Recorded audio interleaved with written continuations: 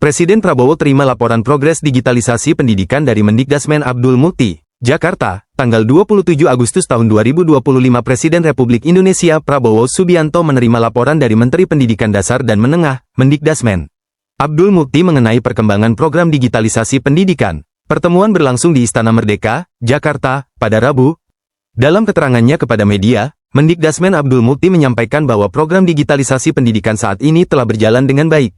Kepada Bapak Presiden, progres untuk pelaksanaan program digitalisasi pendidikan alhamdulillah sekarang sudah dimulai proses untuk pendaftaran dan penerimaan sekolah-sekolah yang siap untuk menerima, dan insya Allah semuanya lancar, ujar Abdul Mukti. Lebih lanjut, Mendikdasmen menegaskan bahwa distribusi perangkat digital bagi sekolah tidak dilakukan secara otomatis. Proses distribusi berbasis pada pengajuan melalui formulir yang diisi oleh pihak sekolah sesuai dengan kebutuhan masing-masing.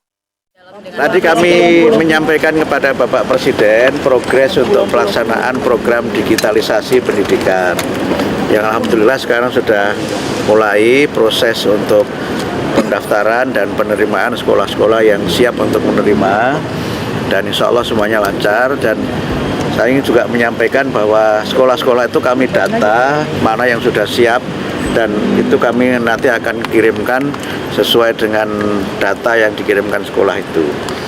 Jadi kalau kemarin sempat beredar kabar bahwa semua sekolah itu yang sudah tidak perlu dikirim, itu tidak benar adanya berita itu. Karena pengiriman itu berbasis form yang kita siapkan, dan sekolah yang memang tidak memerlukan ya tidak kita kirim.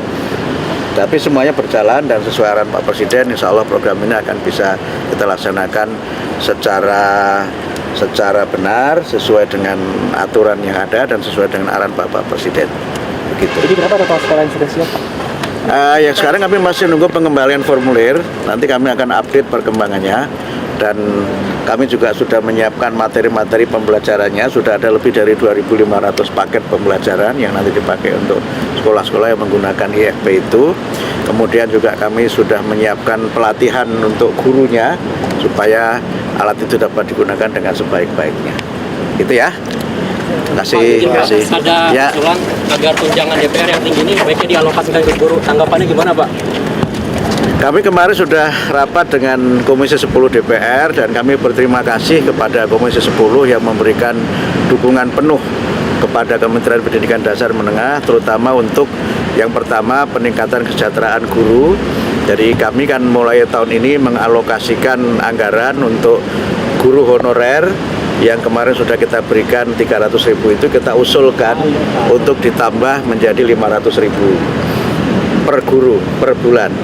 Kemudian PIP yang selama ini hanya untuk pendidikan mulai dari SD sampai SLTA, mulai tahun ini kami usulkan untuk TK itu juga mendapatkan PIP yang nominalnya kami usulkan 450.000 per siswa per tahun.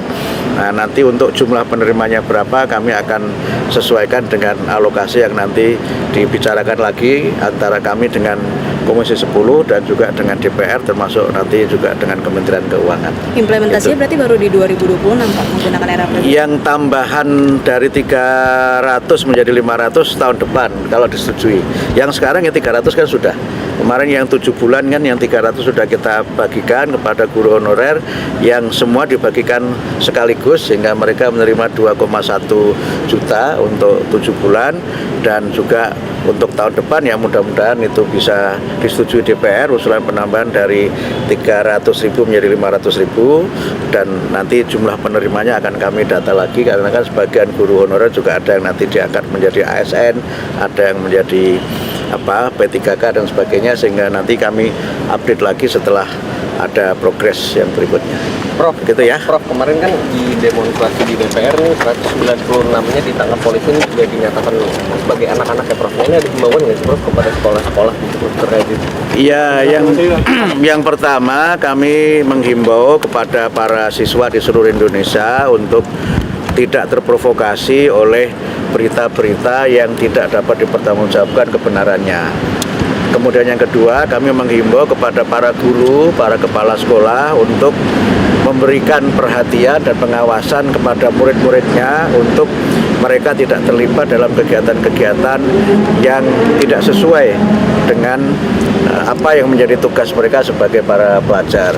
Tapi soal datanya berapa itu nanti biarlah Pak Kapolri atau pihak kepolisian yang akan menyampaikan. Prof, tapi dengan maraknya ini kan belakangan juga mulai turun ke jalan lagi ya Prof, maksudnya anak sekolah, apakah Prof ini melihat juga ini mulai tumbuh kesadaran sosial gitu Prof daripada pelajar-pelajar ini Prof?